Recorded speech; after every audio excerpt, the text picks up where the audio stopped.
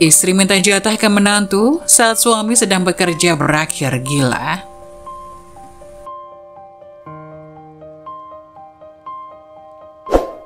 Yang sudah subscribe, semoga rezekinya lancar ya.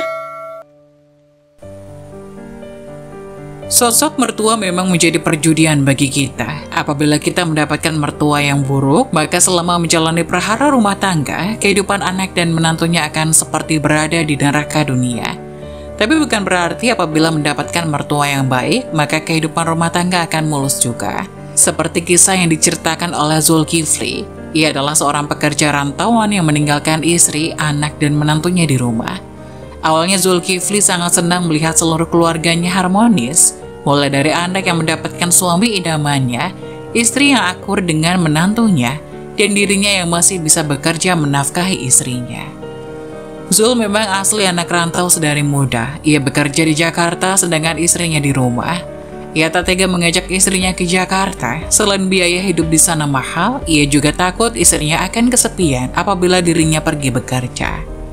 Setiap 2 bulan sekali Zul pulang untuk melepas rindu kepada istri dan anak. Hingga tibalah saatnya putri semata wayangnya yang bernama Mayang dilamar oleh seorang pria. Putrinya memang sudah memasuki usia menikah. Zul juga istrinya Munaroh menyetujui pilihan dari Mayang. Siapapun dia, Zul berharap bisa menyayangi Mayang dan menyayangi keluarga kecilnya. Karena Mayang merupakan putri sematawayang, maka Zul tidak ingin putrinya itu pergi mengikuti suami ataupun tinggal di rumah mertua. Ia takut istrinya akan kesepian hingga akhirnya Juna, calon suami dari Mayang, menyetujui permintaan Zul untuk tinggal di rumah mereka. Sebenarnya kondisi ekonomi Zul ada pada taraf berkecukupan. Ia yang masih 45 tahunan masih sehat dan bugar untuk bekerja. Begitu juga istrinya Munaroh. Meski sudah berumur 38 tahun, Munaroh cantik dan ayu. Setiap hari ia selalu mengenakan pakaian yang modis dengan makeup kekinian mengikuti zaman. Munaroh merupakan emak-emak masa kini yang setiap hari Minggu pagi akan jalan-jalan bersama rombongan emak-emak lain menggunakan sepeda. Minggu siangnya mereka akan senam bersama dan sorenya akan pulang ke rumah. Meski sudah punya anak yang sudah dewasa, jiwa Munaroh masih saja seperti anak muda yang sehat, tangkas, dan ceria. Hari itu, hari Minggu seperti biasa, Munaroh akan menelpon Zul, suaminya yang berada di tanah rantau untuk sekedar menyapa, mengingatkan sarapan dan pamit untuk mengikuti kegiatan senam. Bagi Zul, perhatian-perhatian kecil Munaroh adalah hal yang sangat berarti bagi dirinya. Bahkan seperti sedang menjalani puber kedua, Zul dan Munaroh selalu menyempatkan untuk saling telepon hingga ketiduran. Dari kejauhan, Zul juga nampak mengizinkan istrinya untuk melakukan kegiatan. Ia senang apabila istrinya bahagia saat dirinya tidak ada. Ditambah ia juga berpikir bahwa kegiatan yang dilakukan oleh Munaroh adalah kegiatan yang positif, hingga dirinya tidak berpikir macam-macam. Ia hanya berpikir paras istrinya yang makin glowing, makin muda, dan makin singsat. Usai bertelepon dengan Zul, Munaroh pun pamit kepada Mayang, anaknya yang memasak di dapur. "Mayang, mama mau sepedaan sama senam ya, bareng ibu-ibu. Kamu jaga diri di rumah, jangan masukin cowok sembarangan ke dalam rumah." "Iya mah, jangan pulang telat ya. Mayang gak mau mama ikut dicap jadi emak-emak gatal kayak tetangga sebelah." "Udah, aman pokoknya," jawab ibunya. Memang benar, cap emak-emak gatal sudah menempel pada geng senam Munaroh. Tapi Munaroh tidak peduli akan hal itu. Karena baginya selain kegiatan itu positif dan dirinya tidak melakukan hal negatif, dirinya tidak perlu malu atau minder dengan omongan tetangga. Perjalanan menaiki sepeda pun dimulai. Munaroh mengayuh sepeda gunungnya bersama dengan teman-teman yang lain. Mereka mengenakan seragam merah sama, dipadu dengan celana ketat yang menampilkan kemolekan paha dan kaki, juga sepatu yang senada. Semua tampak cerah, cantik, dan bahagia saat bersepeda di jalanan. Usai bersepeda, mereka semua pun beristirahat di sebuah warung makan sekedar untuk makan ataupun jajan kecil sebelum melanjutkan kegiatan senamnya. Munaroh pun menaruh sepedanya dan mulai mencari tempat duduk outdoor yang memang disediakan oleh warung tersebut. Dari kejauhan Munaroh melihat sosok pria yang sangat menarik perhatian. Sosok tersebut tinggi besar dengan rambut cepak dan memiliki punggung yang lebar. Meski hanya melihat dari belakang, ia tahu bahwa wajah pria yang dipandangnya itu pasti tampan. "Jang, lihat deh cowok yang itu. Kayaknya boleh juga, Jang," ucap teman Munaro. Iya Jeng, badannya kekar banget kayak suami saya waktu muda, jawab Munaro. 100.000 buat Jeng Naro kalau bisa tahu nama pria kekar itu. Bener ya 100.000? Mendapat tantangan dari temannya, Munaro pun segera mendekati pria itu. Tapi semakin jaraknya mendekat, Munaro makin merasa tidak asing dengannya. Hingga karena penasaran, Munaro pun menepuk bahu pria itu. Benar saja, ternyata pria yang jadi incaran teman-teman senamnya adalah Juna, calon menantunya alias calon suami dari Mayang anaknya. Munaro kaget, ia sangat bahagia karena dirinya akan mendapatkan uang 100.000 dari temannya itu. Dan dengan sigap Munaro langsung memeluk Juna, calon menantunya itu.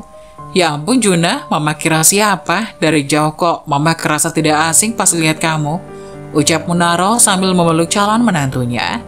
Menantunya yang merasa agak risih pun melepas pelukan Munaro dengan perasaan campur aduk. Ia kemudian memberi salam kepada calon mertuanya itu hingga memperkenalkan ke teman-temannya yang ada di sana. Mama kesini sejak kapan? Baru saja Jun sama rombongan mama-mama senam. Kamu mau ikut? Ah enggak Mah. Pantesan mama makin hari makin cantik dan singset, ternyata rajin senam toh. Iya dong, kapan-kapan rencananya mama mau ajak Mayang buat ikut senam Jun. Biar Mayang juga awet muda kayak mama. Pantesan Mayangnya cantik banget, mamanya juga cantik sih, puji Juna. Mendapat pujian dari calon menantunya, Munaro senang bukan main. Ia merasa seperti ABG yang sedang jatuh cinta, apalagi yang memuji dirinya adalah sosok yang gagah dan tampan seperti itu. Munaro pun mengajak Juna untuk berkenalan dengan teman-teman senamnya. Karena merasa tidak enak untuk menolak, Juna akhirnya pun mengikuti Munaro sambil digandeng oleh calon mertuanya itu. Munaro memperkenalkan Juna kepada teman-temannya yang menantangnya. Ia pun mendapatkan uang 100.000 seperti yang dijanjikan oleh temannya itu. Tak lupa, Munaro juga memamerkan calon mantu tampannya itu kepada seluruh anggota senam dan menyapanya satu-satu. Wah, Jeng Munaro pasti betah di rumah nih kalau calon mantunya ganteng begini. Pasti dong Jeng, jawab Munaro.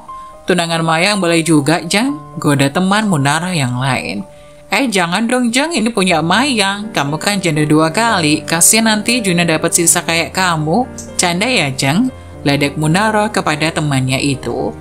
Usai berkenalan dan basa-basi dengan teman-teman Munaro, Juna pun pergi meninggalkan rombongan itu untuk kembali kepada teman-temannya. Hingga akhirnya geng calon mertuanya itu memulai barisan dan mulai melakukan kegiatan senam. Juna memandangi mama-mama muda yang sedang melakukan senam dengan ketertarikan yang luar biasa. Hingga ia pun digoda oleh teman-temannya sendiri. Hot juga camar lo Jun, boleh tuh dapat anak sekalian emaknya, goda teman-teman Juna.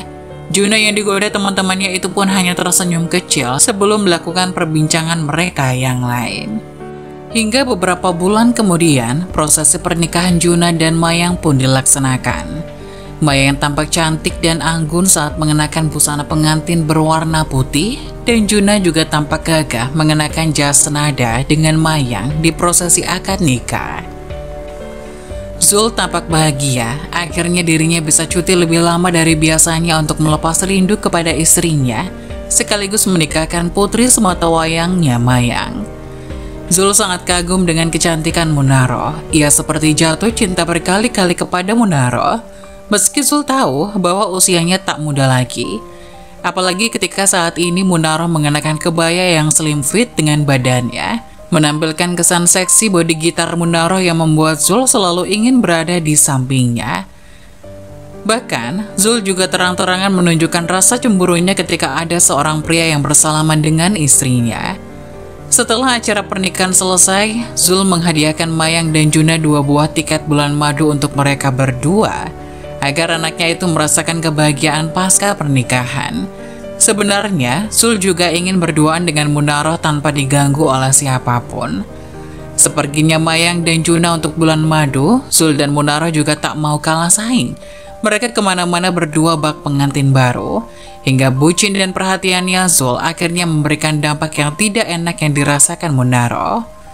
Munaro merasa bahwa Zul semakin kesini semakin protektif dengan dirinya. Ia tak diizinkan untuk memakai celana ketat dan kalau keluar selalu bersama. Munaro bahkan libur untuk pergi senam bersama teman-temannya karena suaminya Zul ada di rumah dan selalu bertanya kemana ia akan pergi bersama siapa dan lain-lain. Pertengkaran kecil juga mulai sering dilakukan oleh keduanya. Munaro merasa seperti di penjara, sedangkan Zul merasa takut kehilangan sosok istrinya.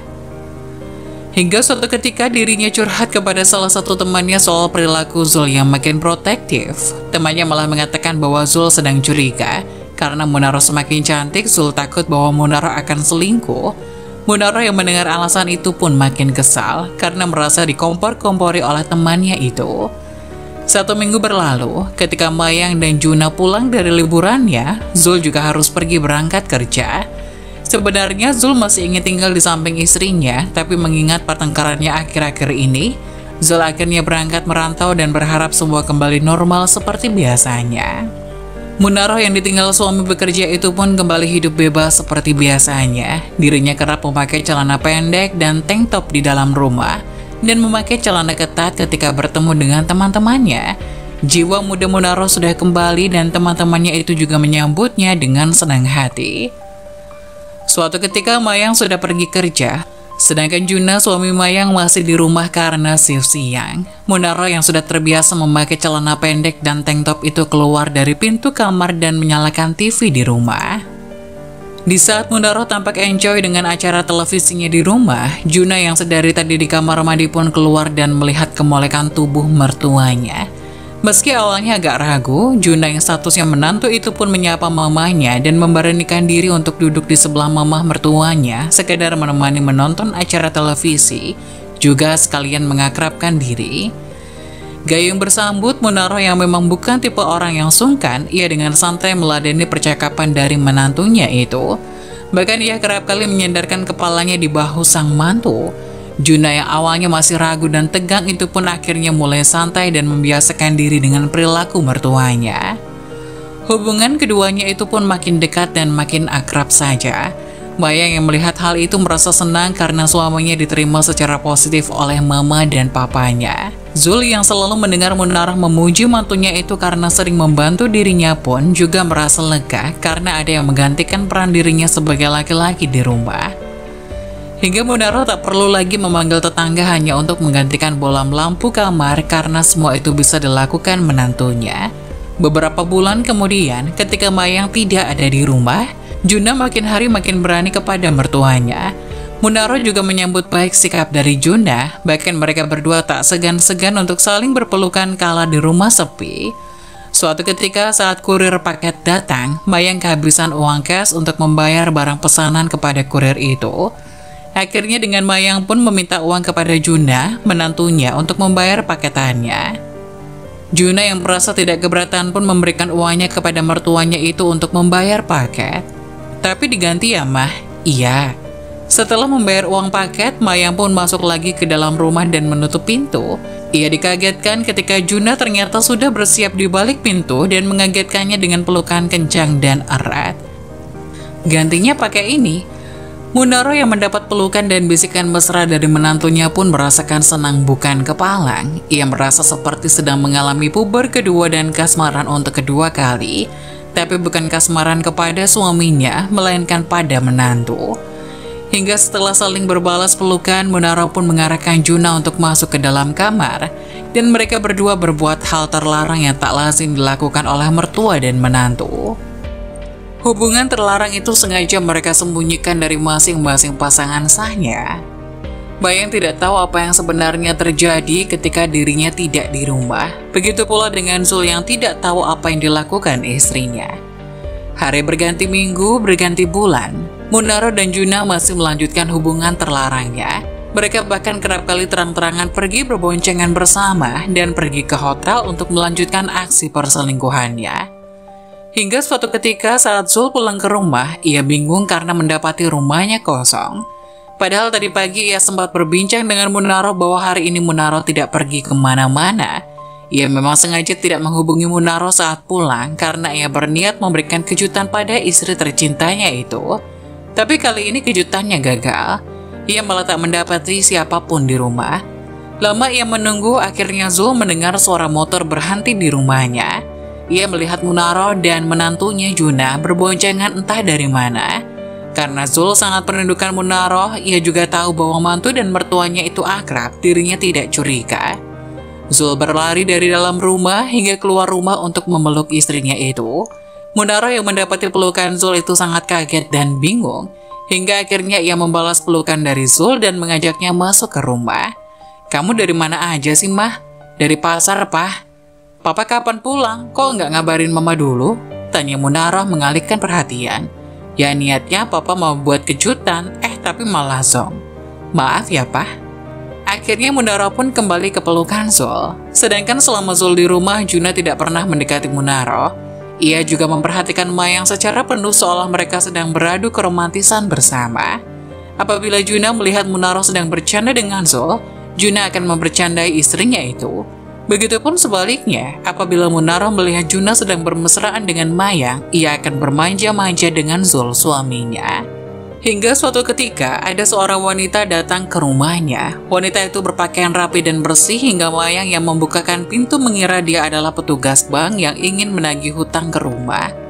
Mayang yang tidak tahu siapa yang punya hutang kepada wanita ini pun akhirnya mempersilahkan wanita ini masuk. Hingga ia memanggil suami dan kedua orang tuanya. "Maaf Mbak, ada keperluan apa ya? Mbak dari bank mana? Sepertinya di sini tidak ada yang punya hutang dengan bank, Mbak," tanya Zul. "Oh maaf sebelumnya Pak, saya adalah petugas dari Hotel Fantasi. Di sini saya ditugaskan untuk mengembalikan barang yang ketinggalan ketika Bapak dan Ibu menginap di hotel kami," kata petugas itu. "Hotel Fantasi? Sepertinya kami tidak pernah menginap di hotel deh Mbak," jawab Mayang bingung. Juna yang kaget akan hal itu pun menjadi tegang. Bagaimana ia bisa lupa kalau KTP-nya masih ketinggalan di hotel? Ia pun takut kalau barang yang dibawa oleh petugas itu adalah benar KTP miliknya dan juga milik Munaroh mertuanya. Begitu juga Munaroh, tubuhnya mengeluarkan keringat dingin karena tahu bahwa Hotel Fantasi adalah hotel langganan Juna dan Munaroh, sekedar untuk bercinta dan bermanja-manja. Hingga karena penasaran, Zul pun menanyakan barang apa yang ketinggalan. "Oh iya Pak, ini KTP-nya atas nama Bapak Juna Hadi dan Ibu Munaroh, benar?" Bagaikan petir di siang bolong, Mayang yang kaget langsung memandang nanar suaminya. Begitu pula Zul yang langsung mencengkram tangan istrinya. "Iya sudah Mbak, terima kasih ya, sekarang Mbak boleh pergi." Dengan tegar, Mayang mempersilahkan petugas hotel itu pergi dari rumahnya. Kebahagiaan yang terjalin rontok seketika hanya karena 2 lembar KTP saja.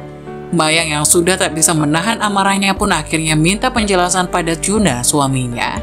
"Apa maksud dari ini Mas? Kamu ke hotel bersama mamaku. Jadi selama ini kalian selingkuh?" teriak Mayang. "Munaroh, apa-apaan ini? Kenapa kalian bersinah di hotel sedangkan Mayang bekerja dan aku juga bekerja?" Ayah dan anak pun berteriak sejadi-jadinya memarahi kedua orang yang mengkhianatinya. Hingga warga pun berkumpul dan melerai pertengkaran keluarga itu. Warga yang tak tahu awal mula permasalahan hanya bisa membantu mengkondusifkan keadaan saja agar tidak berubah menjadi runyam. Zul dan Mayang tidak menyangka bahwa orang yang dicintainya akhirnya mengkhianatinya juga. Dan karena masih tidak terima dengan pengkhianatan itu, Zul pun akhirnya mengusir Munaroh dari rumah. Ia mengemasi barang-barang Munaroh dan mengembalikan Munaroh kepada kedua orang tuanya sambil menceritakan semua yang terjadi. Sedangkan Maya menggugat cerai Juna dan memenangkan pengadilan dengan tidak adanya harta gonogini, alias Juna bercerai dengan tidak membawa apa-apa, dirinya miskin seketika. Hingga akhirnya setelah perceraian Juna dan Maya, Munaroh merengek kepada Juna meminta pertanggungjawaban Juna atas perbuatan mereka. Munaroh yang sudah stres dengan permasalahan yang menimpanya berubah menjadi hitam dan kurus kering. Ia menjadi keriput dan tidak segar seperti sebelumnya. Juna yang melihat penampilan Munaroh pun sudah tidak lagi memiliki minat, karena kecantikan mantan mertuanya sudah pudar di matanya. Munaroh yang mendapat penolakan dari Juna pun makin terpuruk, hingga akhirnya dirinya berubah menjadi gila dan dipasung oleh keluarganya, karena kerap kali mengamuk dan mengganggu pemuda-pemuda di desanya. Sedangkan hidup Juna juga benar-benar hancur. Ketika ia juga dipecat dari pekerjaannya karena sudah tidak profesional dan diindikasikan mencatut uang perusahaan untuk berselingkuh dengan mertuanya, Juna menjadi pengangguran yang hidup lontang-lantung tanpa arah. Di sisi lain, Zul dan Mayang kini hidup berdua. Mereka masih syok dengan kejadian yang menimpa keduanya, dan karena tidak ingin memiliki kenangan buruk, Zul dan Maya memutuskan untuk pindah dari rumah itu demi mencari kehidupan yang baru.